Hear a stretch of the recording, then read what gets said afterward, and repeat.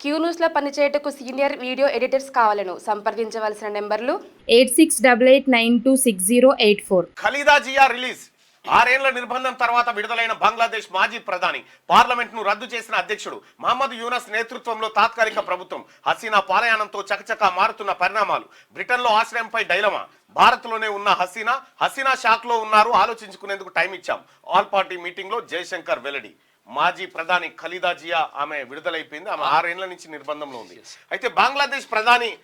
పదవికి షేక్ హసీనా రాజీనామా చేసి భారత్ కు వచ్చిన వెంటనే ఆ దేశంలో పరిణామాలు చకచకా మారిపోతున్నాయి 6 ఏళ్లుగా నిర్బంధంలో ఉన్న ప్రతిపక్ష నేత మాజీ ప్రధాని ఖలీదా జియా మంగళవారం విడుదలయ్యారు ఆమె పార్టీకి చెందిన దాదాపు 1000 మంది నేతలు కార్యకర్తలు కూడా జైలు నుంచి బెయిల్ పై రిలీజ్ అయ్యారు పార్లమెంట్ ను రద్దు చేసినట్టు దేశాధ్యక్షుడు మహమ్మద్ షాబుద్దీన్ ప్రకటించారు నోబెల్ బహుమతి గ్రహీత మహమ్మద్ యూనిస్ నేతృత్వంలో తాత్కాలిక ప్రభుత్వాన్ని ఏర్పాటు చేయనున్నట్టు అధ్యక్షుడి కార్యాలయం మంగళవారం అర్ధరాత్రి ప్రకటన చేసింది బంగ్లాదేశ్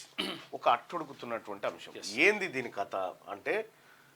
1971లో మనం పాకిస్తాన్తో యుద్ధం చేస్తే వీళ్ళకి విముక్తి దొరికింది అప్పుడు బంగ్లాదేశ్ ఏర్పడ్డది బంగ్లాదేశ్ ఏర్పడ్డట్టు తర్వాత ఈ బంగ్లాదేశ్ విముక్తి పోరాటం ఏదైతే జరిగిందో ఆ విముక్తి పోరాటము తర్వాత స్వాతంత్ర సమరయోధులు అని చెప్పుకుంటారో వాళ్ళ పిల్లలకు మొత్తం ఉద్యోగాలలో 30% రిజర్వేషన్ ఇవ్వాలని డిమాండ్ అక్కడ ఆల్రెడీ ఆమె ఓ దిక్కు ఈమె అనుకుంది షేక్ హసీనా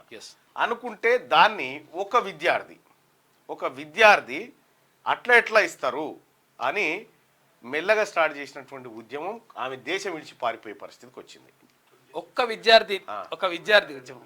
ఏళ్ల పిల్లగాడు స్టార్ట్ చేసినట్టు మహీద్ అనేటువంటి పిల్లగాడు స్టార్ట్ చేసినటువంటి ఉద్యమం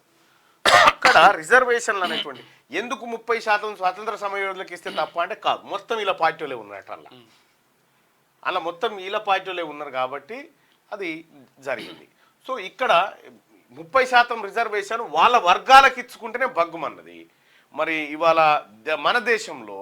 ఈడబ్ల్యూఎస్ కోటా అమలైతా ఉంది సో బీసీలకు రిజర్వేషన్ పెట్టమంటే స్లాబ్ అడ్డం వస్తుందని చెప్తా ఉన్నారు వాళ్ళకేమో స్కై అడ్డం వస్తుంది మనకేమో స్లాబ్ అడ్డం వస్తుంది ఇవన్నీ రకరకాల అంశాలు ఉన్నాయి ఏదో ఒక రోజు భారతదేశం కూడా ఈ రిజర్వేషన్ల అంశంలో కానీ లేకపోతే ఈ అసమానతల విషయంలో కానీ బగ్గుమనుడు గ్యారంటీ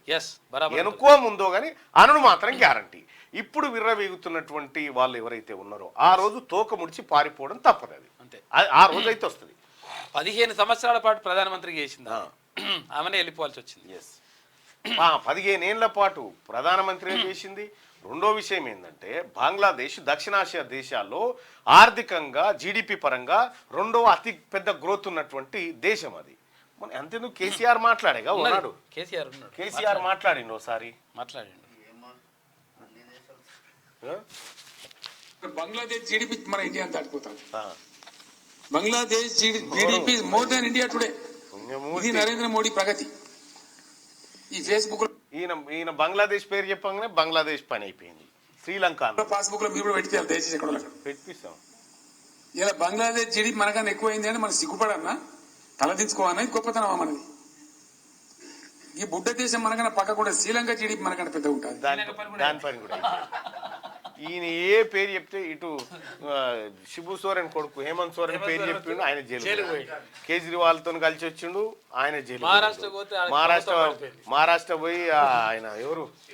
ఉద్ధవ్ ఠాక్రే దగ్గరికి పోతే ఆయన పోయింది అధికారం నుంచి ఇట్లుంటది సార్ తోటి వాస్తవానికి మరి అది బ్రహ్మంగారికి